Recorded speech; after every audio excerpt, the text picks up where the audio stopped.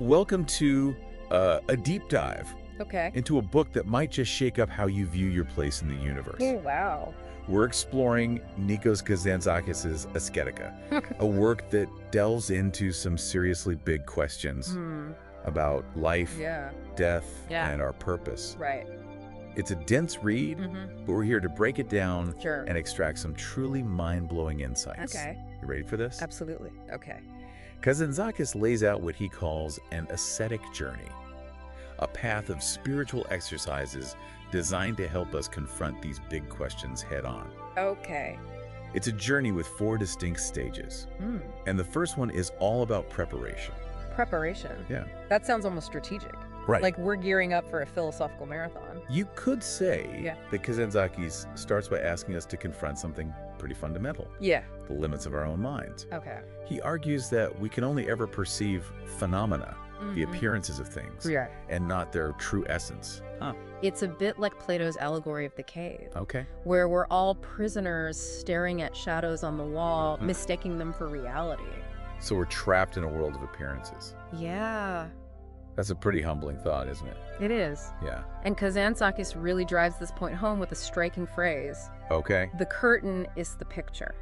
Wow. What we see is all we get, Cool. at least initially. I see what he's doing. Yeah. It's not about resigning ourselves to ignorance, but about acknowledging our limitations as a starting point. Exactly. Kind of like realizing your map is only a partial representation of the territory. Does that resonate with you? Absolutely. Okay. It's a crucial foundation for the rest of his philosophy. Mm-hmm. It's only by recognizing these limits that we can even begin to think about transcending them. There's that tension again. Yeah. Accepting our boundaries Right. while simultaneously striving to reach beyond them. He captures this beautifully with the image of standing on the precipice of the heart, one foot on solid ground, the other searching the abyss. Right. It's like we need to be both grounded and adventurous at the same time. Exactly. It's a delicate balance. And this tension between what we know and what we yearn to know leads Kazantzakis to explore another powerful force, Okay. the cry. Okay, the cry. Yeah. What exactly is he crying about? He's talking about a deep primal yearning within us, a kind of existential hunger for something more than just everyday existence. Right. He describes it as a force that drives us forward, Yeah. even if we don't always understand what we're searching for. It's like that feeling of being on the verge of something. Yeah, Like there's a whole other dimension out there just waiting to be discovered. that's a great way to put it. Yeah. And what's fascinating is that Kazantzakis doesn't just see this as an individual longing. He describes it as a cry that echoes through generations, connecting us to those who came before us and those who will come after. So it's like our personal yearnings are part of a larger collective desire. Yeah, That's a powerful thought. it is. But how does this cry manifest in our lives? How do we even know if we're experiencing it? Kazantzakis breaks down the cry into 3 distinct levels. Okay. First, there's the individual cry, Okay. our personal desire to break free from limitations, whether they're physical, emotional, or intellectual. Right. We all experience this in different ways, Yeah. but it's that feeling of wanting to push beyond our comfort zones to become more than we currently are. So it's that restlessness, that itch we can't quite scratch. Yeah, I think most of us have felt that at some point. right? What are the other levels? The second level expands outward. Okay. It's the cry of our ancestors and descendants, a recognition that we're part of a lineage that stretches back through time and will continue long after we're gone. Yeah. Kazantzakis describes this beautifully, Okay. but also a bit disturbingly What about when he writes that our heads are pits of blood where the shadows of the dead gather to drink and revive. Wow. That's intense imagery. Yeah, He's not shying away from the darker side of this interconnectedness. right. What's he trying to say here? I think he's highlighting the weight of history, Go ahead. the way the past lives on within us, influencing our thoughts and actions. Right. It's a reminder that we don't exist in isolation, that our choices have ripples that extend far beyond our own lives. So even our smallest actions can have an impact on future generations. Exactly. It makes you think about responsibility in a whole new way. It does. And this leads us to the third and final level of the cry. Okay. Cry of all humanity. Right. This is the yearning for meaning and purpose Mm-hmm. that connects us to something larger than ourselves. Yeah. something that transcends our individual lives Mm-hmm. and even the boundaries of time. Right. So we're not just individuals. We're not just part of a family lineage. Yeah. We're part of something much grander, a collective striving for something more. Exactly. That's a pretty profound shift in perspective. It is. And it sets the stage for the next part of Kazantzakis' journey, Okay. the vision. Mm-hmm. This is where he moves from the internal struggle of the cry to a much wider perspective, Right. a vision that encompasses the entire universe. Uh-huh. But before we jump into that, Sure. I'm curious, Yeah. what stands out to you about this idea of the cry? Well, Does it resonate with your own experiences? it definitely does. Mhm. I think we've all felt that yearning for something more, Right. that sense of being on a quest, even if we don't know the destination. Mm-hmm. And the way Kazantzakis connects it to our ancestors and future generations, Yeah. that's something I'll be thinking about for a while. Right. It makes the whole journey feel a lot more meaningful. It does. I agree. Yeah. It's a reminder that we're all part of something much bigger than ourselves. And this realization, this Mhm. expanded sense of self is Mhm. what allows us to move from the cry to the vision, Okay. which is where we'll pick up in the next part of our deep dive. Okay, great. Yeah. We've explored this idea of the cry, that Yeah. deep yearning within us for something more. Right. Now Kazantzakis takes us on a journey outward with the next stage of his ascetic journey, Okay. the vision. This is where things really expand. Cool. We go from this intense internal struggle to a much grander perspective that encompasses the entire universe. Okay, so we're zooming out from our personal cry to a cosmic scale. Right. What kind of vision are we talking about here? Kazantzakis paints a really vivid picture of Yeah. the cosmos as a constant struggle between opposing forces, Okay. creation and destruction, upward and downward movements. Ah. It's not a static, harmonious universe, but a dynamic, ever-changing battleground, Right. where these primal forces are locked in an eternal dance. So it's not just about observing the universe. It's about understanding that we're part of this ongoing struggle, this cosmic dance. Exactly. That's a pretty big shift in perspective. It is. And what's even more intriguing is how Kazantzakis portrays God within this framework. Right. He's not depicting God as this all-powerful, all-knowing being who's separate from the struggle. Right.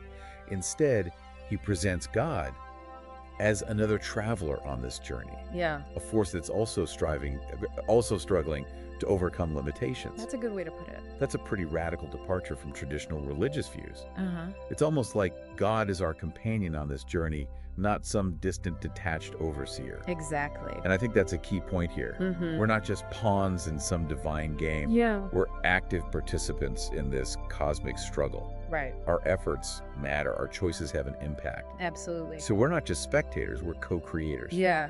Even when it comes to the divine. Mm-hmm. It's a pretty empowering thought, but also a little daunting. If God is struggling, then what does that mean for us? Are we responsible for helping God achieve some kind of ultimate liberation? That's a question Kazantzakis grapples with throughout the book. Okay. He suggests that we might actually be essential to God's salvation, or perhaps it's better to say Right. God's liberation. Mhm. It flips the traditional narrative on its head. Yeah. We're not waiting for God to save us. We're actively participating in this shared struggle for freedom. We're saving God. Yeah, That's a pretty heavy concept. it is. But how exactly are we supposed to do that? Kazantzakis doesn't lay out a specific set of instructions. Okay. He's more interested in inspiring a shift in consciousness, Mhm. a way of seeing ourselves as integral to this grand cosmic struggle. Right. It's about aligning ourselves with that upward movement, Okay. contributing to the liberation of what he calls the divine spark trapped within matter. So we're like tiny sparks ourselves, contributing to a much larger flame. Yeah, good analogy. I'm starting to see how this connects back to the cry. Mhm. That yearning for something more. Right. It's not just a personal desire. Sure. It's a reflection of this cosmic struggle for liberation. Exactly. And this is where the vision starts to translate into action. Mhm. It's not enough to simply contemplate these ideas. Right. We have to actually live them out in the world. Yeah. That brings us to the final stage of Kazantzakis' journey, Okay. action. Mhm. This is where things get really practical, right? Absolutely. Where we move from big ideas to concrete actions. It's about translating this vision of a struggling, God and a dynamic universe Right. into a way of being in the world, a way of making choices that contribute to this ongoing struggle for liberation. So it's less about grand gestures and more about the everyday choices we make, Right. the way we approach our lives, Yeah. the impact we have on those around us. Exactly. And Kazantzakis doesn't shy away from the fact that this is hard work. Yeah. He uses a powerful metaphor to describe this challenge. Okay. He calls life military service in the service of God. Military service? Yeah. That sounds pretty intense. It is. He's not talking about literal warfare, of course. Right. He's talking about engaging with the world with a renewed sense of purpose. Right. A commitment to action that aligns with this cosmic struggle. Mm. It's about facing our fears, overcoming obstacles, and constantly pushing ourselves to become more than we currently are. We've talked about the cry, that deep yearning within us, Right. and the vision that expands our perspective to encompass the whole universe. Mhm. Now we're diving into action. Okay. The final stage of Kazantzakis' ascetic journey. Yeah. This is where the rubber meets the road, right? Uh-huh. Where Yeah. we take all these profound ideas and actually apply them to our lives. It's about moving beyond contemplation and embracing a way of being in the world that reflects this vision of a struggling God Right. and a dynamic universe. Ah. But Kazantzakis is very clear that this isn't about following a set of rules or dogmas. Oh. It's about cultivating a certain attitude, a way of approaching every experience, every challenge, as an opportunity for growth and liberation. So it's less about what we do and Yeah. more about how we do it. Right. What would that look like in practice? Think of it this way. All that searching, that confrontation with our limitations, Right. the expansion of our vision, Yeah. all of that leads to this point. Okay. Kazantzakis uses a striking image. Okay. What is happiness? To live all the misfortunes. What is light? To gaze with undimmed eyes at all darkness. Wow. He's saying we can't shy away from the difficult stuff, the pain, the struggles. Exactly. In fact, those experiences are essential for our growth. Right. It's like he's telling us to lean into the discomfort, to embrace the whole spectrum of human experience. Precisely. Okay. He even goes so far as to say that the most liberating action can sometimes come from the most unexpected places. Okay. Those everyday moments, the small choices we make, the way we respond to challenges, even the way we interact with others. Yeah. It's not about seeking out some grand heroic act. Okay. It's about infusing every aspect of our lives with this striving spirit. It sounds like he's advocating for a kind of radical acceptance. Yeah. Embracing both the light and the darkness, the joy and the sorrow as part of this larger cosmic dance. And remember, we're not dancing alone. Right. We're dancing alongside God, Yeah. alongside all of humanity, alongside the generations that came before us and those who will come after. Right. Kazantzakis uses a beautiful analogy to describe this interconnectedness. Okay.